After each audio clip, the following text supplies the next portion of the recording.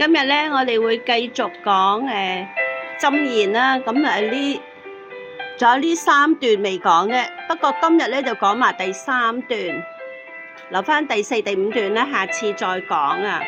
咁啊，第三段咧係所羅門嘅箴言嘅第一集，咁橫跨咗10章1到22、16啊。咁今日都係簡單講解啫。咁內容咧，其實我係編自呢本書嘅，大家可以睇翻個英文版。咁啊我就撮要咗呢幾項嘢啦。第一咧就係佢嘅特點啊。全集咧就分為上下集啦，總共咧有375句，2行嘅平衡箴言啊。每一句短句都係咁嘅。呢度第一行啦，第二行啦，就成為一節嘅經文啦。咁上半集咧就係較多咧屬於反義平衡句子，即係話第一句同第二句嘅意思係相反嘅。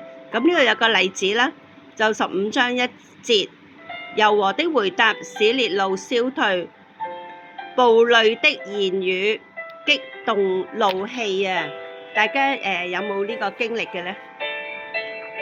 好啦，但係下半集呢，就係較多咧同義同埋補充平衡箴言嚟嘅。咁即係話呢個第一句咧就等同第二句嘅意思，或者補充上一句嘅意思啦，上一行嘅意思啦。咁啊舉例咧就係箴言19、17。咁第一行咧就係恩待窮人的等於借錢給耶和華。咁佢又補充咗一個結果喎，他所行的耶和華必償還啊。咁好啦，第二咧就係佢個內容啊，上下集咧其實個內容咧都係相似嘅，不過下集咧就較多言及咧君王同埋耶和華。咁第三就係佢有咩題目咧？上下集咧仲有共有咧無數眾多嘅分題，好零碎嘅，遍佈人生每一個領域啊。但重要嘅題目咧就係智與疑啦，義與惡，勤與懶，寬與怒，貧與富，謙與遜，家庭方面啦，言語方面啦，計劃方面，仲有好多噶。咁大家下次繼續有箴言主題嘅時候，再揀一啲主題講俾大家聽。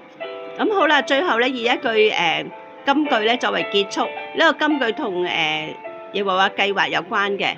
人心裏的計謀很多，唯有耶和華的計劃能實現啊。箴言19:21，我哋都知道永恆救贖計劃係必定實現而得到安穩，係咪？